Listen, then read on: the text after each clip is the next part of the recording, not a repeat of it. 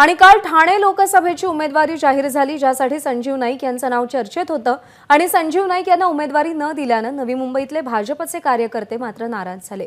ठाण्यातून नरेश म्हस्केंना उमेदवारी दिल्यानं नवी मुंबईतील भाजप पदाधिकाऱ्यांनी राजीनामे दिल्याचं कळतंय। गणेश नाईक यांनी बोलावलेल्या बैठकीमध्ये सगळ्या कार्यकर्त्यांनी पदाधिकाऱ्यांनी आपली नाराजी उघडपणे व्यक्त केली। शिवसेना उमेदवार नरेश म्हस्के यांचं काम न करण्याची भूमिका या सगळ्या कार्यकर्त्यांनी घेतली आहे। प्रताप सरनाईक, नरेश म्हस्के यांनी गणेश नाईक यांची भेट घेतली आहे। विनायक पाटील आपले प्रतिनिधी सध्या आपल्या सोबत आहेत। विनायक, नवी मुंबईतल्या भाजप कार्यकर्त्यांची नाराजी नेमकं काय सांगतेय आणि याचे पडसाद कसे उमटू शकतात लोकसभा निवडणुकीत?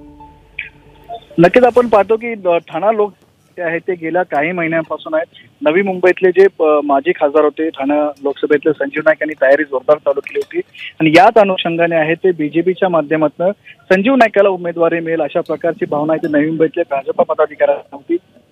मात्र अचानकपणे आहे ते नरेश म्हस्के यांचं आहे ते नाव समोर आले, त्यामुळे मोठ्या प्रमाणामध्ये नाराजी ही नवी मुंबईतल्या भाजपा पदाधिकाऱ्यांनी व्यक्त केली आहे। त्यामुळे आज गणेश नाईक यांची या ठिकाणी त्यांनी भेट घेतली आणि संपूर्ण नवी मुंबईतले जी पदाधिकारी आहेत त्यांनी राजीनामा सत्र सुरू केलेलं आहे। त्याच्यामध्ये सचिव आहेत, महासचिव आहेत, जिल्हाध्यक्ष आहेत, सगळ्यांनी राजीनामा सत्र या ठिकाणी सुरू केलेलं आहे।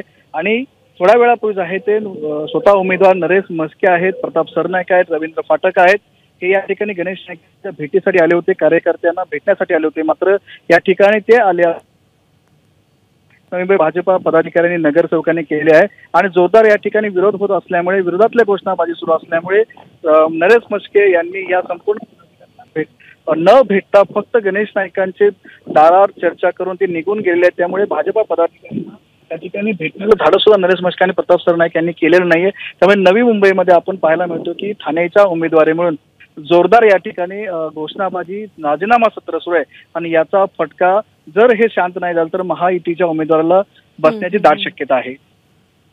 विनायक, धन्यवाद दिलेल्या माहितीसाठी।